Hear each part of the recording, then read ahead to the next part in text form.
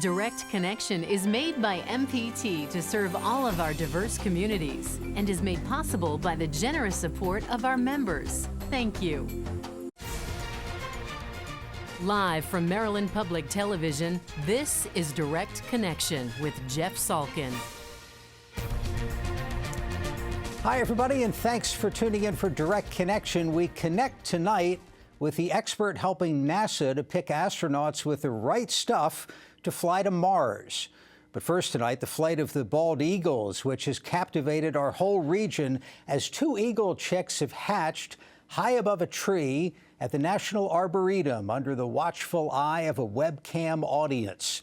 Joining us now from the Arboretum is Dan Roush, a fish and wildlife biologist with the district's Department of the Environment. Dan, thank you for being with us. Set the scene a little bit. Where are we exactly?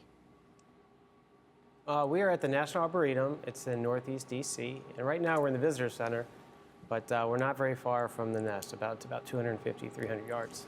How are things going? The eggs hatched about 2 weeks ago, I think. Yeah, we're almost at 3 weeks. Things are going really well. The chicks look very robust. The parents have been great co-parents, so there's been plenty of food coming in and out of the nest. All things look like we're going to have a very successful nesting pair with two fledglings. So we're still in the early stages. Like I said, we're only about 3 weeks in, so we have a ways to go, but things are looking great. What's the story of bald eagles in the District of Columbia? They used to be plentiful throughout the Chesapeake Bay region. Then there was hunting, DDT, and now they're back, I guess. How did we get to this point?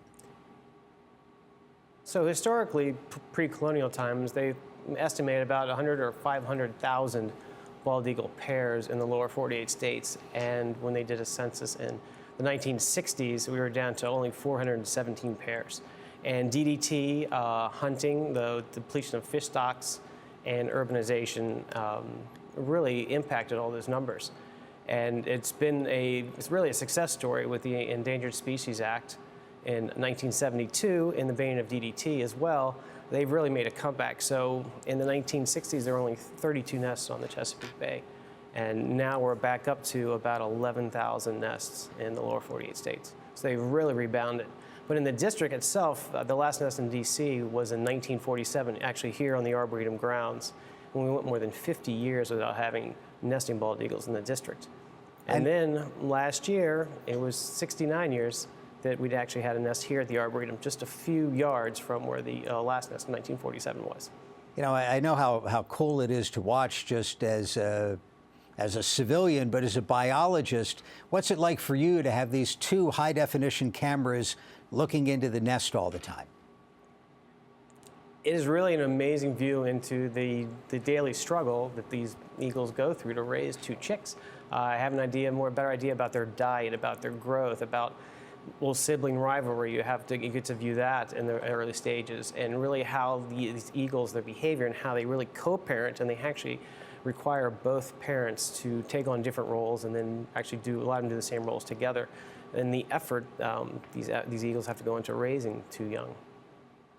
What are the roles? How do the parents divide up the work?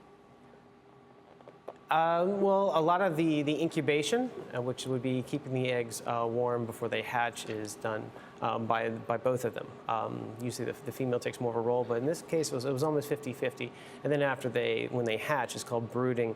And in most couples, the female takes a larger role as well. And these guys were also shared that role pretty evenly.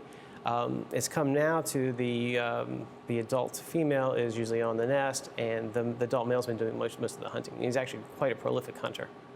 Let me remind our viewers, if you have a question about the bald eagles in Washington or elsewhere, give us a call. We'll have the number up on the screen. You could also tweet your questions. Our Twitter address is @MPT News. Dan, what do you make of the public response, the level of interest in these two bald eagles and these two chicks? I think it's absolutely amazing. We've had over 11 million people viewing the cameras, and that was the last week. So that kind of response it's just mind-boggling. I think this is such an opportunity for so many people to share in this experience. I'm fascinated that people are so enthralled with this couple. I know the parents have been nicknamed the President and the First Lady. There's a naming contest. What's going on with that to name the chicks? There is a naming contest coming up. That hasn't rolled out yet, and we still don't know the genders of the chicks as well. So that's something that I think it's going to be around April 26th. They'll roll that program out. Well, who goes to look and check the genders, and how's Mom going to feel about that?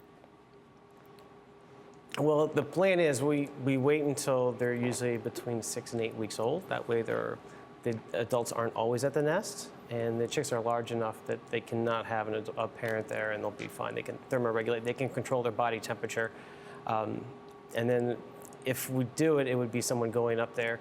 You take one of the chicks, bring them down. It's very quickly done. Do a blood draw, do measurements of the bird, and then take it back up and do the second one. Write the second one down and do the same thing as well. And they'll have a Fish and Wildlife band put on them and a color band to differentiate them and bring them back up. So it's been done, and would be professionals doing this. Let's grab a phone call. This is Gordon in Baltimore County. Gordon, thanks for calling. Go ahead. Hello. Hi, you're on. We live on an estate out in the country near Loch Raven Reservoir, where there's plenty of good food for eagles, and the estate has been named the Eagle's Nest, and has been called that for over 200 years, and we'd like to have a real eagle's nest here. Interesting. Gordon, thank you very much. Is there any way for somebody to encourage them to build a nest someplace? You do need a really tall tree, right? Yeah, so that's one of the reasons they're here at the Arboretum, is you need a very, very tall tree to support that nest, because the nests they build, and they'll use them year after year, get pretty large. And they also need to be near resources, so they need to be able to be somewhere they can fish and do it pretty quickly and come back. And they also have a place where they're not going to be disturbed. They need to have some kind of buffer zone from human disturbance in order to really have the time to set up and build a nest and raise their young. So if there's all three things are there, it might just take a little time. That's why we now have eagles filtering back into some of the more urban areas. They're adapting to us, to urbanization. And it's quite possible they'll be back at Eagle's Nest. I should note that as it's starting to get dark, the webcams have switched to a black and white mode, and there's some sort of infrared light that doesn't bother the eagles, but you can watch this thing all night long. Where we play some videotape, that's in color, and the videotape we had was the eagles being fed. They do spend a lot of time napping, it looks like. It does seem like, especially it's like a lazy Sunday afternoon for them. They're laying around. They have to conserve energy. If they're not being fed, there's really not a reason for them to be up yet. Right now, they're just staying warm. That's why they have the down on them right now, too. Their feathers haven't come in yet. And just soaking up the sun, and they're waiting for one of the adults to come back and feed them. Let's talk to Francis. They're not ready yet to start feeding them. Okay. Francis in Prince George's County on the line. Francis, thank you for calling. Go ahead. But believe it or not, I take Audubon, the periodical, and I should know the answer to this. But is the bald eagle still on the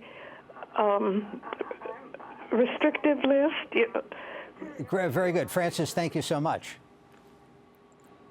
Francis, that's a great question. The bald eagle was removed from the endangered species list in 2007, but it is still protected through the International Migratory Bird Treaty, and there's also a Bald and Golden Eagle Protection Act. So there are still federal protections for the bald eagle. Pretty obvious when you look at the camera, they're not actually bald. Why do we call them bald eagles? Just with the white and the white tail, which is the iconic look of the bald eagle, that's why we have that. Haliaetus leucocephalus is the scientific name, so it is the white-headed fish eagle. Let's go out to Arlington County. This is Chris. Chris, thank you for calling. Go ahead. Hi, my question is, where do the eagles hunt for fish, or where do they get their food? Is the Anacostia, the Potomac, or somewhere else? Thanks very much. Good thing they're cleaning up the Anacostia, right? It is a good thing, because that's where they're fishing. We actually have 3 active eagles nests in the district sharing the Anacostia and Potomac waters. They actually have hunting territories that they use, and they're not overlapping. So this nest is pulling fish directly out of the Anacostia, somewhere between Route 50 and the Kenneth Aquatic Gardens all the way down to Nationals Ballpark. Harford County, this is Paul. Thank you for calling. Paul, go ahead. Yes, good evening. My question is, with the population of eagles that we have right now around the Chesapeake, have we reached the saturation point given all of the human habitation that is occurring around the Chesapeake, or is there still room for that population to grow? Thank you very much. Dan? Well, I think in some areas there is still room for the population to grow. There are some areas that historically they were there and they haven't come back, as the caller called in earlier about Eagles Nest Manor, that probably had nesting eagles there before. They just haven't filtered back into that area. There's some areas that are saturated, and then they disperse, and it's a natural dispersion that they do when the actual eaglets, when they fledge and they leave the nest, they'll go to areas that aren't occupied and set up their own territories. Dan, we had that case a few weeks ago on the Eastern Shore, 13 eagles found dead. I don't think the cause has been totally nailed down, but it's possible that humans were responsible for that. Broadly speaking, what are the big threats to these and other bald eagles in our part of the country? There are still a lot of things that can happen. That incident, it's still unknown. I haven't seen the toxicology report come back yet, it's an unfortunate incident. That is one of the things that can happen. Unfortunately, sometimes they're misidentified. They are shot. Power lines, wind turbines are also an issue. Just being an eagle in general is pretty tough. Only about 50% of them survive their first winter. There are a lot of things. Starvation happens out there. If we lose fish stocks or it's really hard, we have a rough winter, we can lose quite a few as well.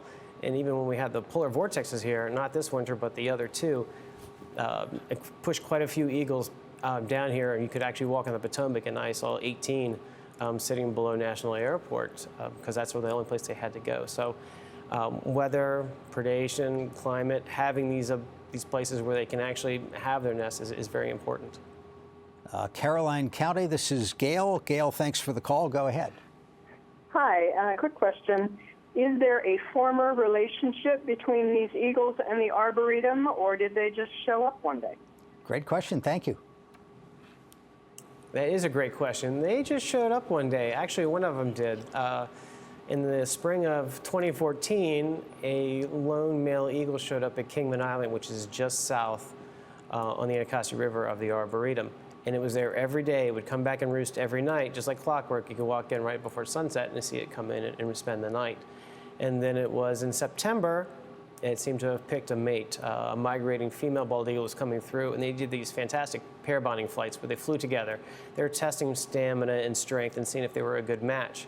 And once they clicked and they decided they were going to be a pair, they chased off every single eagle that came anywhere near the Arboretum, and then they disappeared. And I had been talking to Sue Greeley at the Arboretum back and forth about, it looked like they were setting up a nest. We were looking for it, but we were afraid that we'd missed it and this opportunity had passed us. And it turned out they were building a nest in a location we didn't know about. And when Sue found it, we knew we had bald eagles here back at the Arboretum again. Dan, time is short, but give me a couple sentences on how the eaglets will learn to fly. Sure. Well, first they're going to need feathers, and that hasn't happened yet. They're still gray and they're still covered in down, but you can see, if you see on the cameras, they're starting to get little dark spots on them, and those are their feathers starting to come in. They're going to be called pins. And then when the pins break, their feathers will come out. We still have a couple weeks that's going to happen. They'll come in almost like a chocolatey brown. And it's usually about 8 weeks, 9 weeks. They're going to start flapping and taking little test flights, and somewhere between 10 and 13 weeks, they'll leave the nest. Very good. And if somebody wants to take a look, just Google DC webcam, Eagle Cam, and you'll find the website. You can see them there, or just come down the Arboretum, and you maybe be lucky enough to see them flying in and out, coming back and forth from the nest. Yeah, very cool. Great idea. Dan Roush from the DC Department of the Environment. Dan, thanks for your time tonight. We appreciate it. You're welcome, Jeff. And just ahead tonight, the fledgling mission to Mars when we come right back. Tonight on MPT. Next time on Antiques Roadshow, this is William. This is Jasmani. these are letters from a baseball legend. I personally have not encountered a Jackie Robinson handwritten letter collection or item from this young. Wow. What else did Jasmani say about this Hall of Famer's ephemera? Find out next time on Antiques Roadshow from Tucson, Arizona. Tonight at 8 on MPT. Next time on the Dr. Blake Mysteries. He's been hit with something several times. A school headmaster is murdered, but not by blunt force. He was poisoned, rat poison. Lawson suspects a man who used to bully him. Hey, something isn't in your boss. What did happen between you and McAvoy? And Blake uses Jean and Maddie as test subjects. He fed us poisoned cake. Ow. The Dr. Blake Mysteries. Tonight at 10 on MPT. This week on Chesapeake Collectibles. In the 80s and 90s, there were several dealers that were chasing his work at every auction. Did you ever play with it when you were a little boy? I was allowed to gaze upon it in awe. You could spend the money and have this done well, and it would double the value of the rug. It's all this week on Chesapeake Collectibles. Thursday night at 8 on MPT. Joining us in the studio now is Michael Rosen, psychologist and associate professor at Johns Hopkins University. Thanks for being with us. Thank you for having me. So you're working with NASA on the mission to Mars. What's your task? We're incredibly excited and fortunate to be working on helping to develop part of the selection system for the crews that get to go. So basically what gets put in place to pick the right kind of group of folks to go on those first missions to Mars. All right, NASA has a lot of experience picking people with the right stuff. But this is going to be sort of different right stuff. Right, absolutely. So it's a very unique set of circumstances for folks. It's different than being in low Earth orbit. They're far away from home. They have to live in a kind of tightly confined space with 6 people. So think about picking, 5 of your favorite coworkers to go live in a room for 3 years at a time. Makes a big difference who those 5 other people are. You'd have to pick really, really carefully. You would. And that's what we're trying to do. So what's known at this point about compatibility? I mean, there's some analogous situations. You could be stationed in Antarctica for a shorter period of time. Absolutely. There have been some test projects where they get a group of people and they build some sort of structure and they sequester the people for a year. What's been learned? Absolutely. So NASA knows a lot about this, and they've been looking at this for years. And they've actually defined a set of competencies. So these are 18 kind of skills and attributes of people that they want to go on these missions. And that ranges from being clearly good, technically proficient at what they do, being good team players, having good judgment, being motivated. And then for these long distance missions, long duration missions, strange things like small group living, their ability to just live with the other group of people for extended periods of time becomes very, very important. So we need to send like a frat house to Mars? Is that the idea?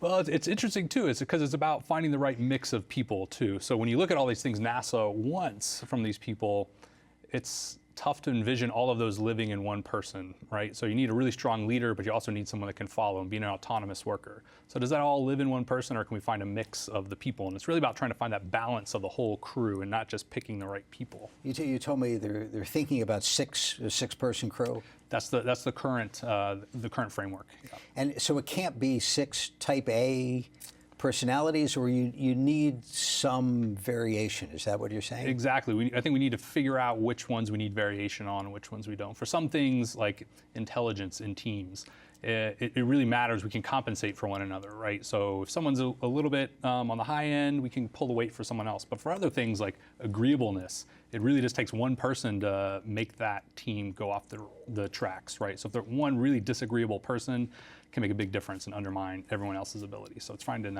the balance. What needs to be balanced and what needs to be unique for people. All right, you're at the early stage of this project. What's the end point, and how do you go about doing this research?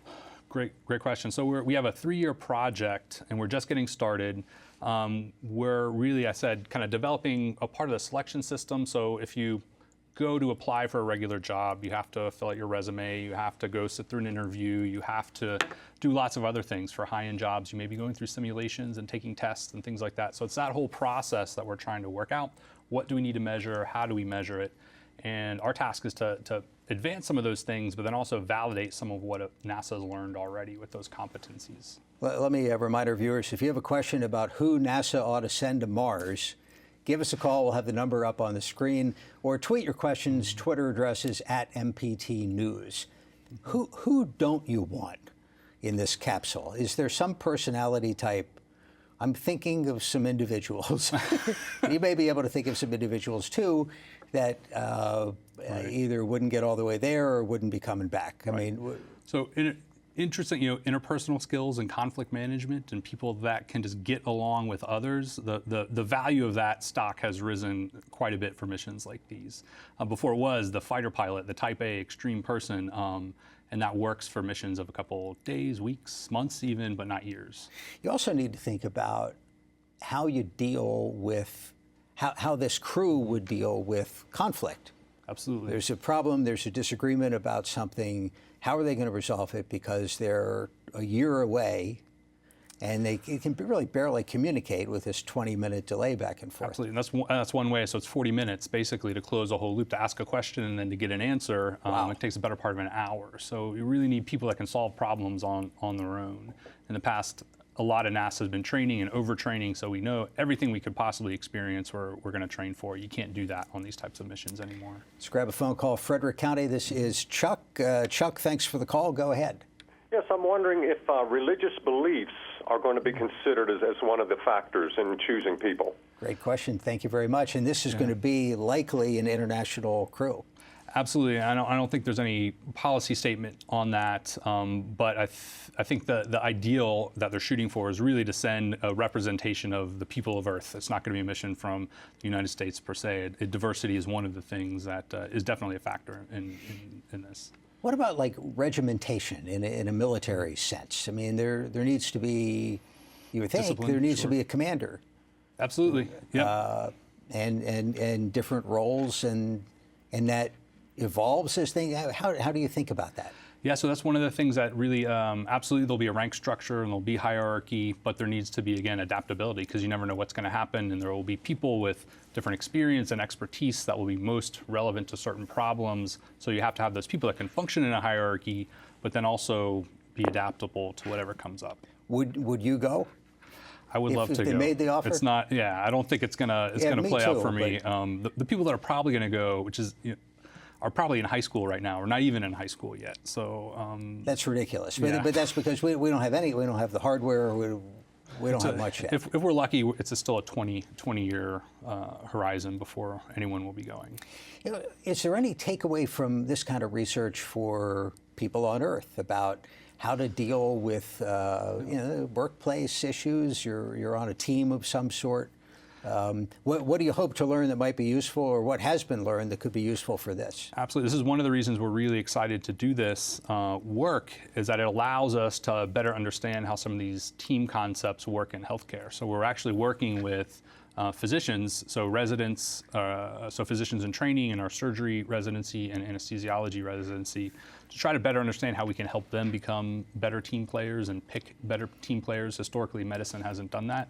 It's been picking people based on technical ability only, but clearly all these other things matter quite a bit to how they interact with patients and other healthcare workers. So we're very excited to be able to try to apply some of this to how we work as a hospital. Yeah, you think about your surgical teams where they do a grueling 10-hour operation, and you're much closer to each other than we are sitting here. Absolutely. Yeah, that's a very isolating environment in a lot of ways too. Incredibly technically complex, very stressful. So it shares a lot of the same characteristics that we're actually looking at for these spaceflight teams. So it would probably be useful if whatever spacecraft they come up with has a little bit of room to get away, right? Do you need your own space, do you think, for that kind of? Absolutely. So there's definitely people looking into that. How do you design the physical space for lots of reasons, not just your own isolation, but for the better part of the trip there, they're very concerned. There's not a lot for them to do. So boredom is a big problem. So big game room. Right. Yeah. Very good. Mike Rosen, Hopkins psychologist. We'll find out if he did his job about 20 years from now. Thanks for coming by. We appreciate it. Thursday at this time on Your Money and Business, another reason to worry about getting an email from the IRS and a new kind of daycare for parents on the go. That's Thursday at 7:30. Thanks for watching Direct Connection, and have a good night.